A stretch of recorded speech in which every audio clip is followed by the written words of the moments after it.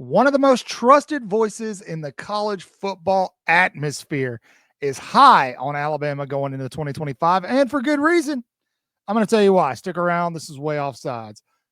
Good morning, good afternoon, good evening, whatever the case may be. Welcome to Waaaay Offsides, your favorite sports talk. We're here today, gathered here today, because of one man, and that's Josh Pate. I don't know how you guys feel about Josh Pate, but I have a ton of respect for guys like Pate, Clint Lamb. They're who we're all aspiring to be, right? They're who we all want to be when we grow up and get out of elementary school. But when it comes to Pate, I've got a huge amount of respect for him.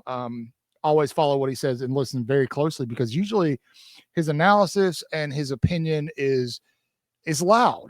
It's loud in a sense that he knows what he's talking about. He's well informed. He has the access that he needs to make those well informed decisions. And he's not one of these talking heads like, Paul Feinbaum or somebody like that, somebody absolutely ridiculous. So for me personally, I absolutely adore guys like Clint Lamb, Josh Pate, and I listen to them, and I listen to them fervently because they typically know what the hell they're talking about.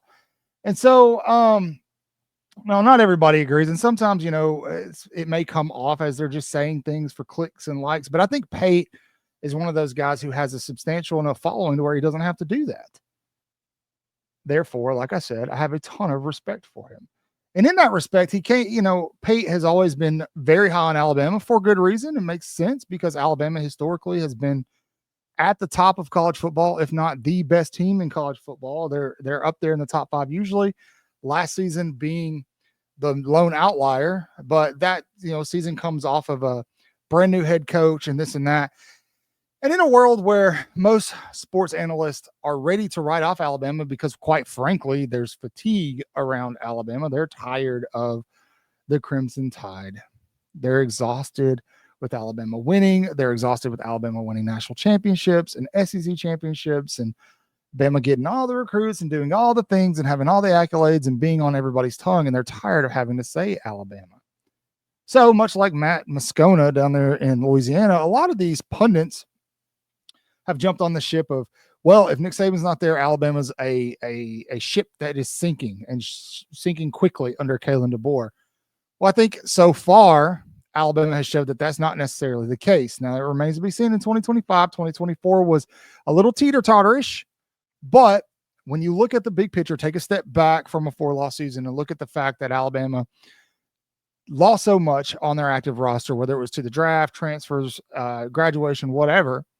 But then they go and pull in a top 5 recruiting class without winning the state of Alabama, which if they would have won the state of Alabama, if Kalen DeBoer had already been there a year and developed these relationships with these coaches, they certainly would have won the state of Alabama, and that probably would have put them at number 2 or even finishing at the number 1 spot.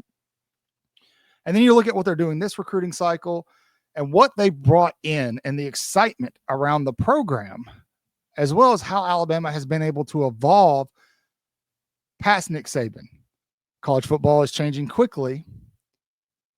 They've been able to do all this, and a lot of these pundits just Alabama's done. But when you really take a look at it and you take your crimson hate goggles off and you look at it and you realize Alabama's actually in pretty good shape moving forward.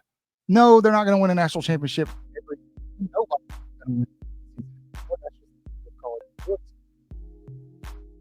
Kalen DeBoer is in a very good position to win a championship. You better win if Alabama gets one under Kalen DeBoer. Look out. That whole dynasty's dead talk will stop really fast because they know what's going to happen. Oh, recruits are going to see that. Bama still got it. I'm going to Bama. I'm going to Bama. Going to Bama. And Pate falls into that latter category to where he's not just going to say things shockingly to get you to listen and tune in or to share them out of rage or hate. He's not going to rage bait you, if you will. Pate does he's there's some integrity, which is hard to find nowadays in sports media. Very hard to find. People will just say things so that you click. But with all that being said, giving his honest analysis, Pate dropped his top whatever following spring following the spring portal, spring games, spring practices, spring football, on where he ranks each and every one of these teams, especially those that are in the national title hunt. And Alabama, surprisingly, was pretty high on the list. I personally have Alabama around 7 or 8 right now in my top 10, and that's fine. That's okay. But Pate actually has them higher. So let's look at it. Let's think about what he could possibly be thinking about and what we have to look forward to as Alabama fans. So here's the list, the infamous list that's getting shared around all over X today. This comes from the Josh Pate, the Pate State live football show. Here, this is his post-spring 2025 rankings. He has Clemson at number 1, which is a huge surprise. Pate has been pretty loud that he thinks Clemson's going to be really good this year, and I don't necessarily know that I disagree with him. I think Clemson could be very, very good this year. Putting them above Texas, that's a tough one for me. I have Texas as number 1 in mine, and then I still think that there's some question marks there around Penn State. I have Penn State around 5 or 6. Now, the big surprise for Alabama fans is that he has Alabama at number 4. And we'll talk about that in just a second, but let's go through the rest of this list. LSU at number 5. LSU's returning a ton of talent, and Nussmeier, who everybody expects to kind of have grown into his own during the offseason and to be a pretty good quarterback. Notre Dame's always going to be in the top 10 of everybody's list because they're Notre Dame.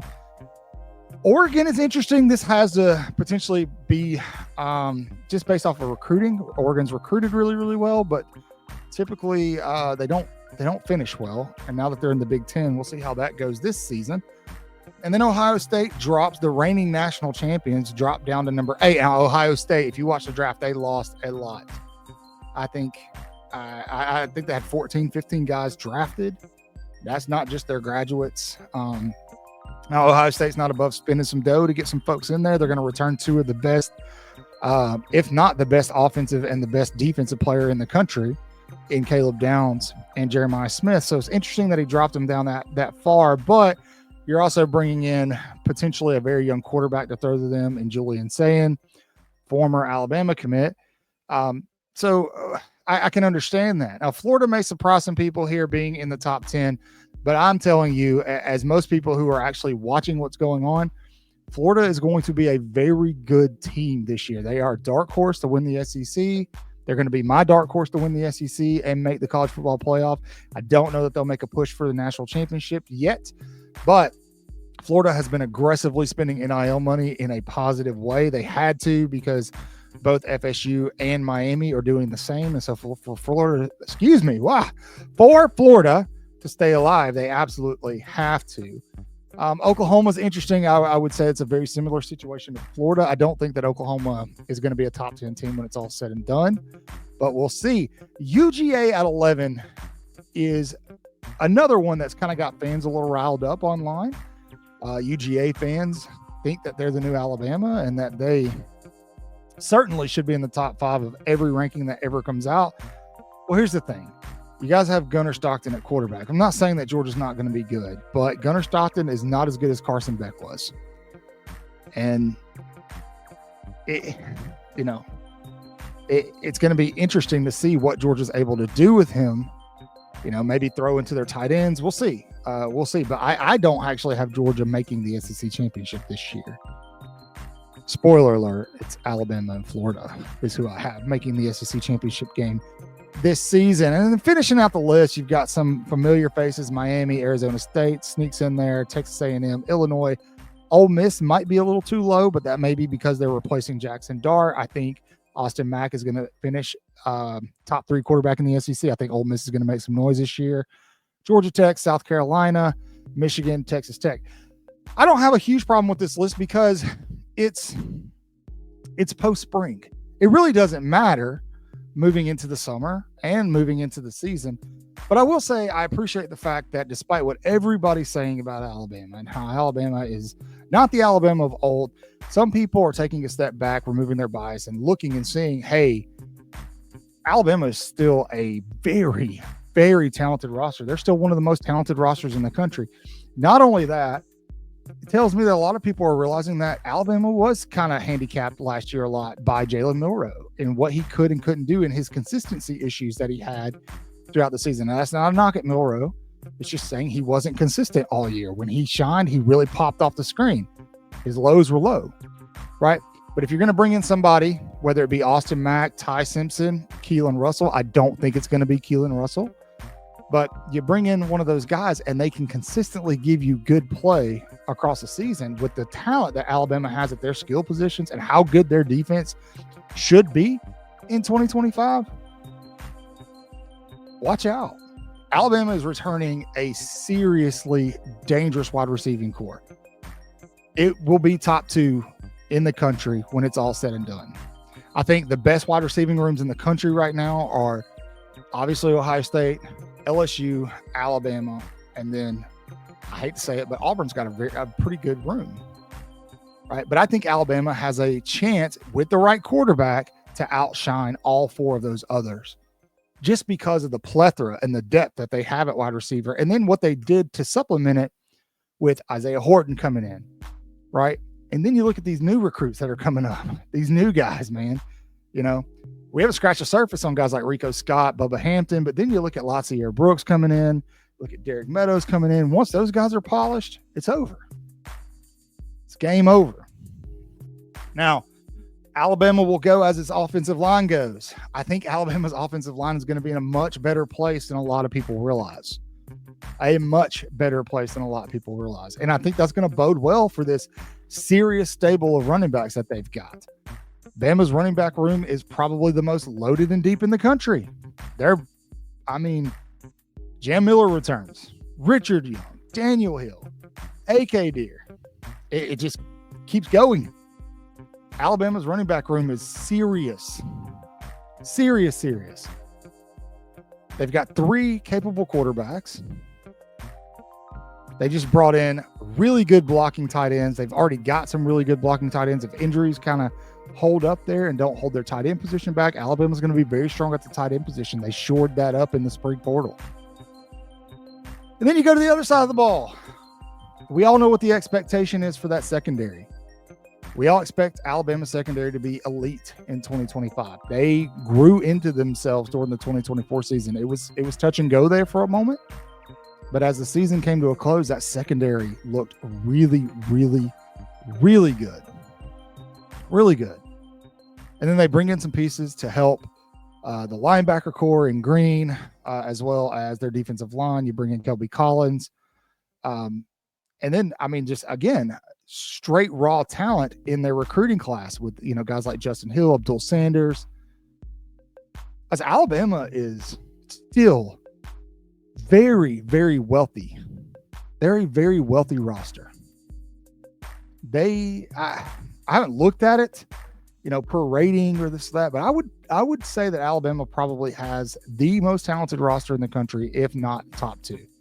And the other one could potentially be a Georgia or Ohio State.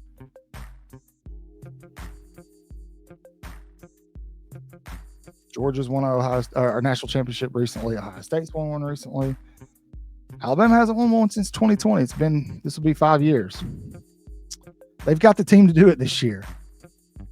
Not only that, when you look at the things that they've cut, right? We've heard a lot of talk that we didn't hear going into last season about the culture of this team, how it's different, how it feels different. A guy like Pate recognizes that. They recognize how important that is because Alabama's locker room seemed off last season. I don't know what it was. It seemed off the past couple of years. It seemed off under Nick Saban for a couple of years there towards the end. But if they get that figured out, the locker room is a positive environment. Isaiah Horton said, hey, we've got the dudes to do it. Everybody's like-minded. We're ready. You get a guy coming in from a different school, a storied school. Miami's a storied school. They're not great right now, but they're a storied football program. And they say, hey, this is the place to be. Watch out. So my hat's off. I didn't wear a hat today in my video. I usually wear the backwards cap, but I did not wear it today because hat's off to Josh Pate. Josh, thank you for braving a world that together collectively, the only thing they can agree on is that they hate Alabama. And thank you for pissing them all off for us. Thank you for showing them that as much as you hate Alabama, the realism is that Alabama isn't going anywhere. They're still going to contend for titles. They're still going to be a playoff team. They're still going to win natties. They're still going to beat you in recruiting. Nick Saban, I told you guys this when Nick Saban left. I told you this before Nick Saban even retired. Nick Saban didn't just build Alabama into a powerhouse for himself. He tried to build something that was sustainable when he left. And I think he did. And I think that's going to show up in 2025. And I think Josh Pate might agree with me. Folks, thank you for sticking around. While you're here, while I've got your attention, please like, subscribe, leave a comment. Tell me how crazy Pate's list is. I've named off some of my selections where I think they are. Tell me if I'm right or wrong. Who are you looking forward to? Who's the reason on this 2025 squad? Who's the reason Pate has them ranked so high right now in his post-spring rankings? Also, great news. Our website is live. We've got blog articles coming daily, videos, all sorts of things. Go check it out. www.waayoffsides.com. That's 4 A's, never 3, never 5, always 4. Working on getting our ads and stuff inserted in there, trying to learn and do it myself because I like to learn things. So pray for me. As always, thank you for sticking around. We absolutely love each and every one of you. You guys are the best. You're why we do this every day. This isn't our full-time job. So we just do it because you're awesome. Say your prayers, read your Bibles, wash your hands, horns down, beat Auburn and LSU and Tennessee too. Roll Tide.